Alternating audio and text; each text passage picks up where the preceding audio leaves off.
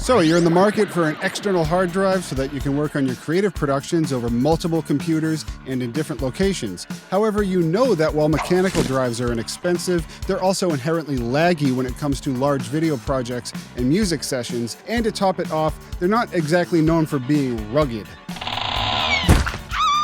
Well, you're in luck because in the past few years, solid-state drives, which have no moving parts and are much less prone to physical impact failure, have become a lot less expensive per gigabyte, and it would be an understatement to say that they're much faster than traditional spinning hard drives. However, picking the right one for you can be confusing, and today I'm here to help you understand your purchase better if you're new to this kind of thing. We'll go past the marketing behind SSDs, I'll touch on how to understand the results given from a speed test, and how they would translate to real-world productions. So with that, welcome to Como Music Creation, where I talk about a lot of stuff that goes into the creative process, which also involves the tools used to make things. And the medium of storage, while mundane for many, is still very important. I'll say this once at the top: if you like what you see, then please leave a like and maybe subscribe. Thank you very much. Now, just in case you're wondering what business a musician and producer has talking about this stuff, well, I did work as a computer repair technician for the sociopathic lizard people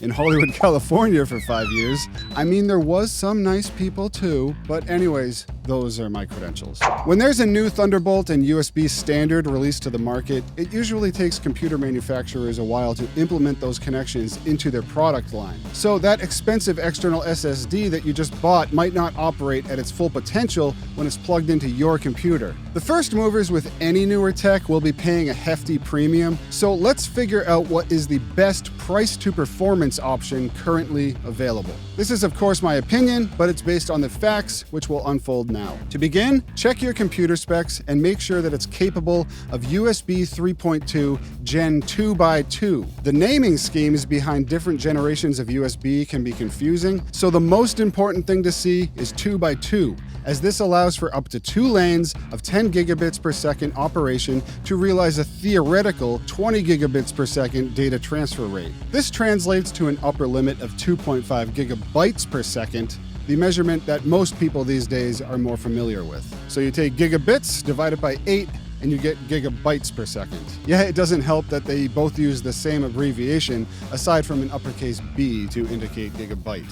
There are computers, such as the newer Macs and MacBooks, and some high-end PCs and laptops, which use USB 4 connections, upping the theoretical speed limit to twice of what we're talking about today, but that technology still comes at the significantly high early adopter premium price that I mentioned earlier. If you have a desktop and don't currently have the 2x2 connection, then there's an easy fix if your motherboard supports it. You can just buy an add-on card, which I have done for one of my PCs. I use the one made by LINKUP because my computer's motherboard has a header for it, and it's very inexpensive. But you can also use the StarTech.com PCIe card, both of which I'll provide links for in the description. However, if your laptop doesn't have these specs, then there's really nothing that you can do. Your USB connection will always be a bottleneck, no matter how fast your external SSD is. So here we have the results from 2 free applications, Crystaldiskmark and Blackmagic Disk Speed Test, both of which accurately measure the real-world speed capabilities of a hard drive. I'm using both of them because they each have their own uses. I could make a lengthy video on this topic, but that's out of the scope of today's focus. Rather, I'm going to use 3 main measurements today, and to avoid confusion, I'm blanking out the rest of them. On the Blackmagic side of things, we're going to look at continuous throughput and frames per second, and we'll look at Crystaldiskmark for random read and write speeds. It would be easy to say higher number better for all of these tests, but let's dive a little bit deeper and define things a bit more before moving on to specific model comparisons and what I think is the best option right now. So continuous throughput is the sustained data transfer rate that a hard drive can maintain consistently over an extended period of time. So this result on Blackmagic is a good indicator of of how fast the hard drive's read and write speeds will be when dealing with a single file, such as a large video file or an audio file. Then over here in the how fast section, we can see how many frames per second our hard drive can handle with each of these different formats. However, these numbers don't show how well our audio DAWs or video editing programs such as Premiere Pro, DaVinci Resolve, Final Cut, Logic Pro, Pro Tools, Reaper, etc. will communicate with multiple files located randomly on our solid-state drive. This is why I'm also using the random speed test in Crystaldiskmark. This shows the speed at which randomly located files can be accessed from the drive and randomly written to different locations on the drive. Now, I'm not going to go too deep into what these exact numbers represent, but put simply as I can, the thread issues a request to either write or read a piece of data, then that request is sent to the queue, which in turn writes or reads data to and from the drive. For this test, there's 16 threads with a queue depth of 32 looking to read or write tiny 4 kilobyte files. This provides a good simulation of general multitasking, and our video and music software applications perform these types of tasks every day. So suppose you have a music session with 100 audio tracks, not uncommon these days. They're definitely not all the same file, they're 100 files, and they're located throughout your hard drive. So to play back the session smoothly, you'll need to access all of these files at once. So for the first result, I'm looking at my Samsung T9. The T9 is currently the fastest option that Samsung has in an external SSD. So let's break down the Blackmagic results a little bit.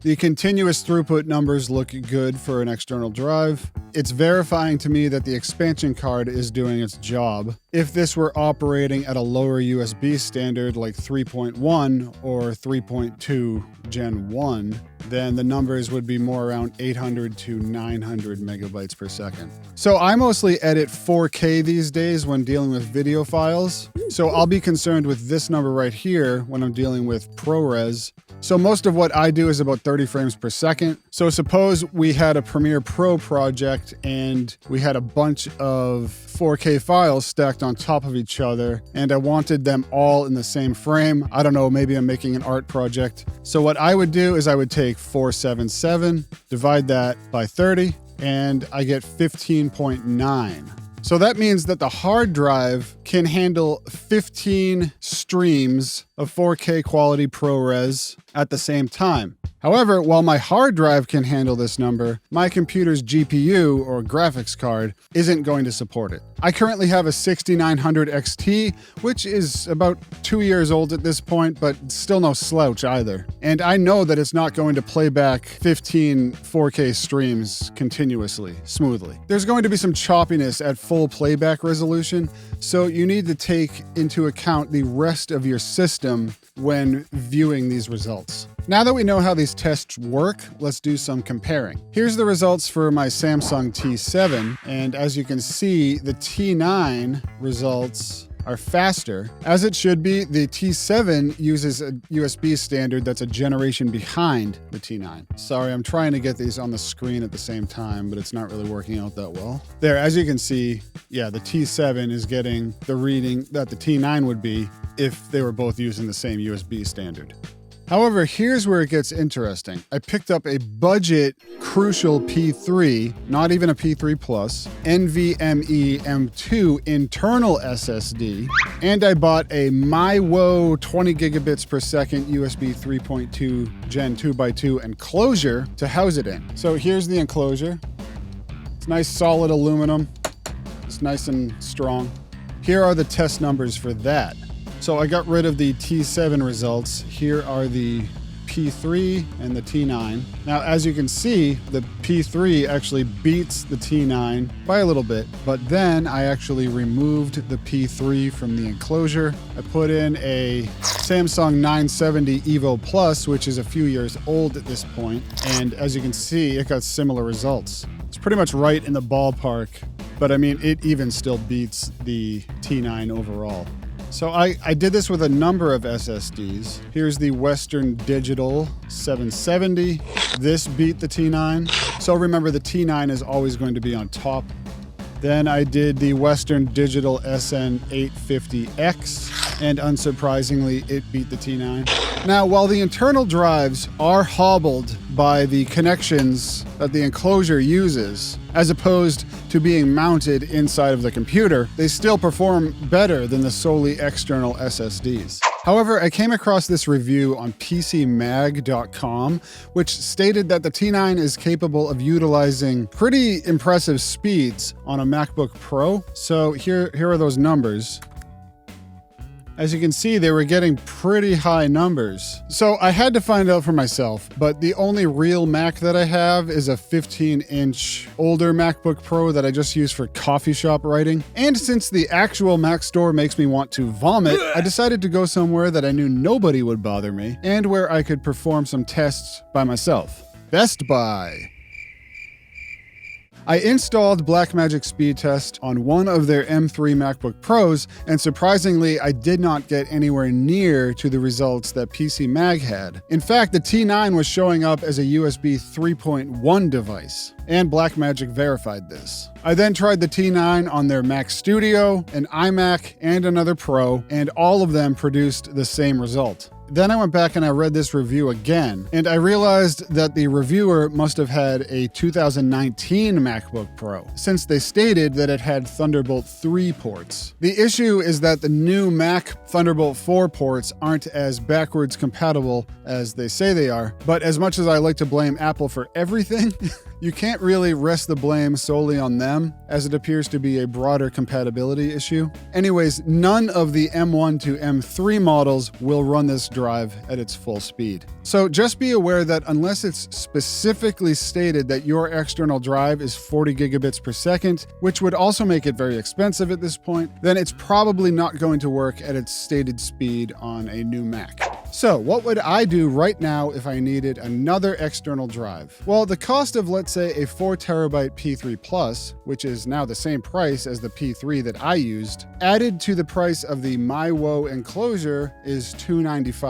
The cost of a 4 terabyte T9 is currently about $350. So given my test results, you can save $55 and also have a faster drive than the T9. If it were me, then the choice for myself would be obvious. I would go with the Enclosure and an internal drive of my choice, weighing the pros and cons of each of them. However, there's a couple things that I didn't include in my decision. One is longevity specs. As a rule, I usually don't bother storing anything important on a hard drive once it's out of warranty, which these days is either 3 or 5 years. Those warranty limits are there for a reason, so as a result, I really don't pay attention to things like overwrite limits. You know, check them if you're curious, but I don't put too much stock into them unless they're oddly low. And another thing that I don't put too much weight on unless it's very low is SLC or PSLC, meaning single level cell or pseudo single level cell cache. Put simply, SLC cache enhances the speed of data writes to the drive until the cache limit is exceeded. So for example, the T9 has a PSLC of 175 gigabytes. So if you're transferring more than that, then the T9 will drop to 900 megabytes per second transfer rate. The T7 has a 50 gigabyte limit, dropping to 300 megabytes per second after it reaches its limit. The crucial P3 is sized at a nice 250 gigabytes, but it has a steep drop-off of speed after that limit is reached to 100 megabytes per second. So I hope that I've helped clear the air for you if you needed that, or if you just tuned in to verify your own research or get a difference of opinion, then I appreciate the watch. If you did take away something useful, then a like and subscribe is always appreciated. And if you'd like to make a small donation, then there's links in the description for that as well. As always, I wish you great success with all of your creative endeavors, and I'll see you next time.